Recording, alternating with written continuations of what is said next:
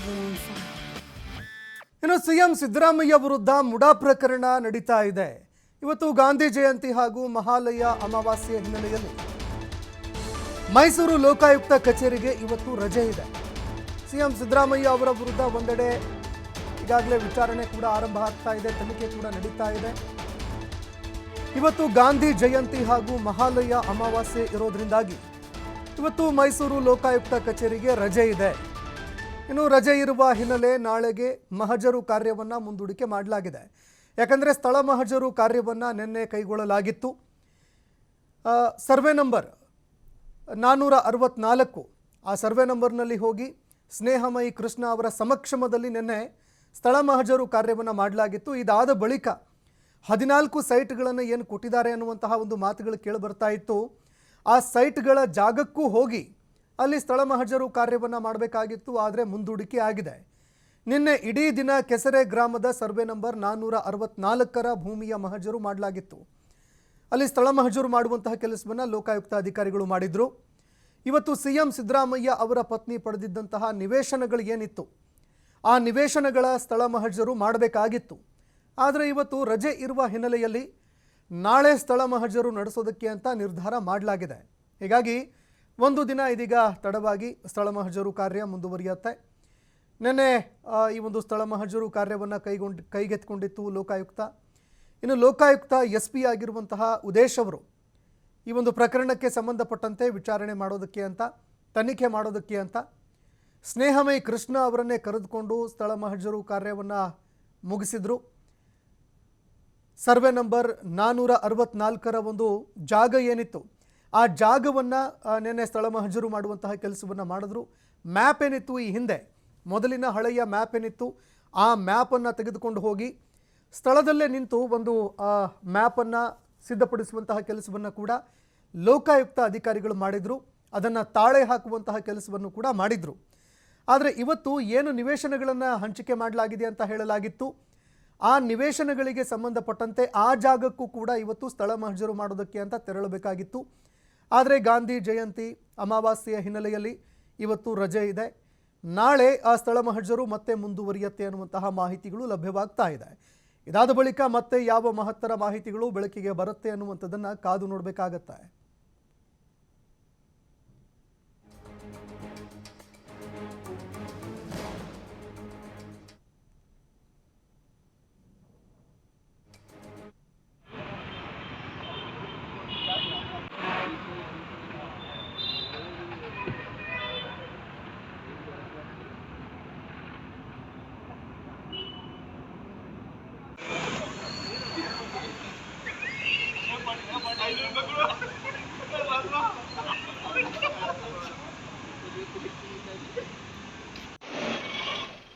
ಇನ್ನು ದೃಶ್ಯಾವಳಿಯಲ್ಲಿ ನೋಡ್ತಾ ಇದ್ದೀರಿ, ಇದು ಆ ನಿನ್ನೆಯ ದೃಶ್ಯಾವಳಿ.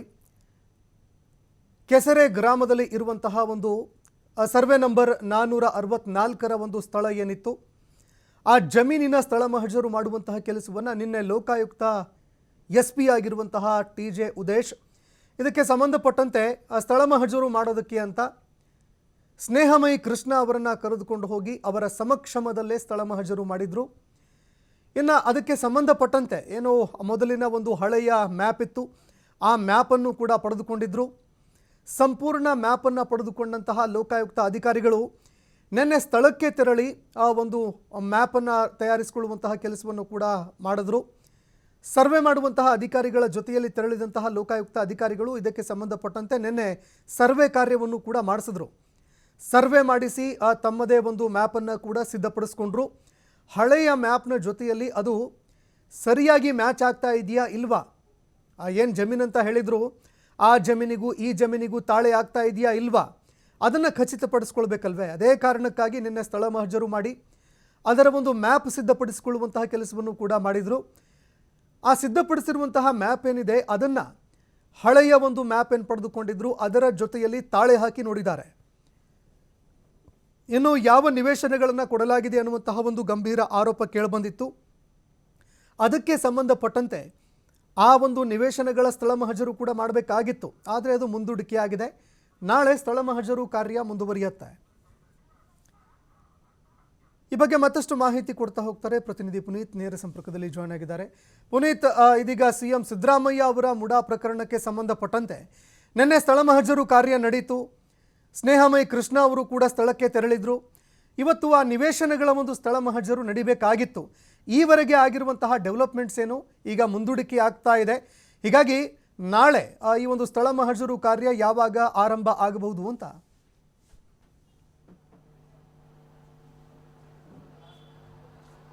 ಸಂತೋಷ್, ಈಗಾಗಲೇ ಮುಖ್ಯಮಂತ್ರಿಗಳ ವಿರುದ್ಧ ಏನು ಈ ಮೂಡ ಒಂದು ಕೇಸ್ ಇದೆ, ಈ ಒಂದು ಕೇಸ್ನಲ್ಲಿ ಈಗಾಗಲೇ ಎಫ್ಐಆರ್ ಅನ್ನು ದಾಖಲಿಸಿಕೊಂಡಿರ್ತಕ್ಕಂಥ ಲೋಕಾಯುಕ್ತ ಅಧಿಕಾರಿಗಳು ತಮ್ಮ ತನಿಖೆಯನ್ನು ಚುರುಕುಗೊಳಿಸಿರ್ತಕ್ಕಂಥದ್ದು. ನಿನ್ನೆಯಷ್ಟೇ ಏನು ಸ್ಥಳ ಮಹಜರಿಗಾಗಿ ತೆರಳಿದಂತಹ ಅಧಿಕಾರಿಗಳು ಕೆಸರೆ ಸರ್ವೆ ನಂಬರ್ 464ರಲ್ಲಿ 3 ಎಕರೆ 16 ಗುಂಟೆಯನ್ನು ಸರ್ವೆ ಮಾಡ್ತಕ್ಕಂಥದ್ದು, ಅಂದರೆ ಪರಿಶೀಲನೆ ಮಾಡ್ತಕ್ಕಂಥ ಒಂದು ಕೆಲಸವನ್ನು ಮಾಡಿದ್ರು. ಅದಾದ ಬಳಿಕ ಏನು ಮೈಸೂರಿನ ತಾಲೂಕು ಕಚೇರಿಗೂ ಕೂಡ ಭೇಟಿಯನ್ನು ಕೊಟ್ಟರು. ಅಲ್ಲಿ ಮೂಲ ದಾಖಲೆಗಳನ್ನು ಪರಿಶೀಲನೆ ಮಾಡೋದ್ರ ಜೊತೆಗೆ ತಮಗೆ ಬೇಕಿರತಕ್ಕಂಥ, ಅಂದರೆ ತನಿಖೆಗೆ ಅವಶ್ಯ ಇರತಕ್ಕಂಥ ಒಂದಷ್ಟು ದಾಖಲೆಗಳನ್ನು ತಮ್ಮ ವಶಕ್ಕೆ ತೆಗೆದುಕೊಳ್ಳುವ ಮುಖಾಂತರ ತನಿಖೆಯನ್ನು ಚುರುಕುಗೊಳಿಸಿದ್ರು.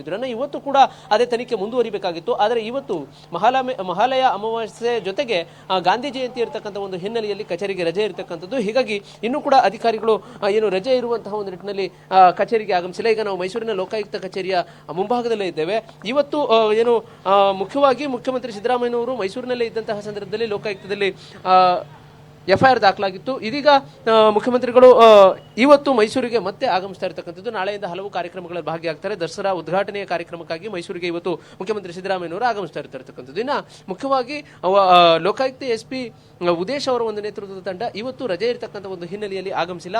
ಆದರೆ ಈಗಾಗಲೇ ನಿನ್ನೆಯಿಂದಲೂ ಕೂಡ ಚುರುಕುಗೊಂಡಿರತಕ್ಕಂಥ ಅಧಿಕಾರಿಗಳ ಒಂದು ತನಿಖಾ ಕಾರ್ಯ ಏನಿದೆ ಇದು ಮುಂದುವರೆದಿರ್ತಕ್ಕಂಥದ್ದು. ಇನ್ನು ಮುಖ್ಯವಾಗಿ ಮೈಸೂರಿನ ತಾಲೂಕು ಕಚೇರಿಗೂ ಕೂಡ ಭೇಟಿಯನ್ನು ಕೊಟ್ಟಿರ್ತಕ್ಕಂಥ ಅಧಿಕಾರಿಗಳು ಅಲ್ಲಿ ಪರಿಶೀಲನೆಯನ್ನು ನಡೆಸಿದ ಬಳಿಕ ಇನ್ನು ನಾಳೆಯಿಂದ ಮೂಡ ಕಚೇರಿಗೂ ಕೂಡ ಭೇಟಿಯನ್ನು ಕೊಡ್ತಕ್ಕಂಥ ಸಾಧ್ಯತೆ ಇರತಕ್ಕಂಥದ್ದು. ಯಾಕೆಂತ ಹೇಳಿದ್ರೆ ಅಲ್ಲಿ ಒಂದಷ್ಟು ದಾಖಲೆಗಳನ್ನು ಪರಿಶೀಲನೆ ಮಾಡತಕ್ಕಂಥ ಅವಶ್ಯಕತೆ ಇರತಕ್ಕಂಥದ್ದು. ಯಾಕೆಂತ ಹೇಳಿದ್ರೆ ಮುಖ್ಯಮಂತ್ರಿಗಳ ಪ್ರಭಾವ ಇದೆಯಾ, 14 ಸೈಟ್ಗಳನ್ನು ತೆಗೆದುಕೊಳ್ಳಿಕ್ಕೆ ಮುಖ್ಯಮಂತ್ರಿಗಳ ಪಾತ್ರ ಎಷ್ಟರ ಮಟ್ಟಿಗಿದೆ, ಇದೆಲ್ಲದರ ಬಗ್ಗೆ ಕೂಡ ಸಂಪೂರ್ಣವಾದಂತಹ ಒಂದು ಮಾಹಿತಿಯನ್ನು ಕಲೆ ಹಾಕಬೇಕಾಗಿದೆ. ಹೀಗಾಗಿ ಅವರು ಮುಖ್ಯವಾಗಿ ನಾಳೆ ಮೂಡಾಗೆ ಭೇಟಿಯನ್ನು ಕೊಡ್ತಕ್ಕಂಥ ಒಂದು ಕೆಲಸವನ್ನು, ಅಂದರೆ ಅಲ್ಲಿಗೆ ತೆರಳುವ ಮುಖಾಂತರ ಅಧಿಕಾರಿಗಳ ತಂಡ ಅಲ್ಲಿ ತನಿಖೆಯನ್ನು ಮಾಡ್ತಕ್ಕಂಥ ಒಂದು ಕೆಲಸವನ್ನು ಮಾಡಲಾಗುತ್ತೆ. ದೂರುದಾರರೊಟ್ಟಿಗೆ ತೆರಳಿದಂತಹ ಅಧಿಕಾರಿಗಳ ತಂಡ ಈಗ ಪರಿಶೀಲನೆಯನ್ನ ಮಾಡ್ತಕ್ಕಂಥ ಒಂದು ಕೆಲಸಕ್ಕೆ ಮುಂದಾಗಿರ್ತಕ್ಕಂಥದ್ದು. ಇನ್ನೊಂದೆಡೆ ಮುಖ್ಯವಾಗಿ ದೂರುದಾರ ಸ್ನೇಹಮಯಿ ಕೃಷ್ಣ ಏನಿದ್ದಾರೆ ಅವರು ಕೂಡ ಚೆಕ್ ಬೌನ್ಸ್ ಪ್ರಕರಣವೊಂದರಲ್ಲಿ ನಾನ್ ಬೇಲಬಲ್ ವಾರಂಟ್ಗೆ ತುತ್ತಾಗಿರ್ತಕ್ಕಂಥದ್ದು. ಇನ್ನು ಬಹಳ ಪ್ರಮುಖವಾಗಿ ಇವತ್ತು ಮುಖ್ಯಮಂತ್ರಿಗಳು ಮೈಸೂರಿಗೆ ಆಗಮಿಸ್ತಾ ಇದ್ದಾರೆ. ನಾಳೆಯಿಂದ ಮೂಡಾದಲ್ಲಿ ಯಾವ ರೀತಿಯಾದಂತಹ ತನಿಖೆ ಆರಂಭವಾಗುತ್ತೆ, ಅಧಿಕಾರಿಗಳು ಯಾವೆಲ್ಲ ಆಯಾಮಗಳ ಮೂಲಕ ಯಾವೆಲ್ಲ ಹಂತದಲ್ಲಿ ತನಿಖಾ ಕಾರ್ಯವನ್ನು ಮುಂದುವರಿಸ್ತಾರೆ ಅನ್ನೋದು ಮುಖ್ಯವಾಗಿ ಇರತಕ್ಕಂಥ ಒಂದು ಕುತೂಹಲ.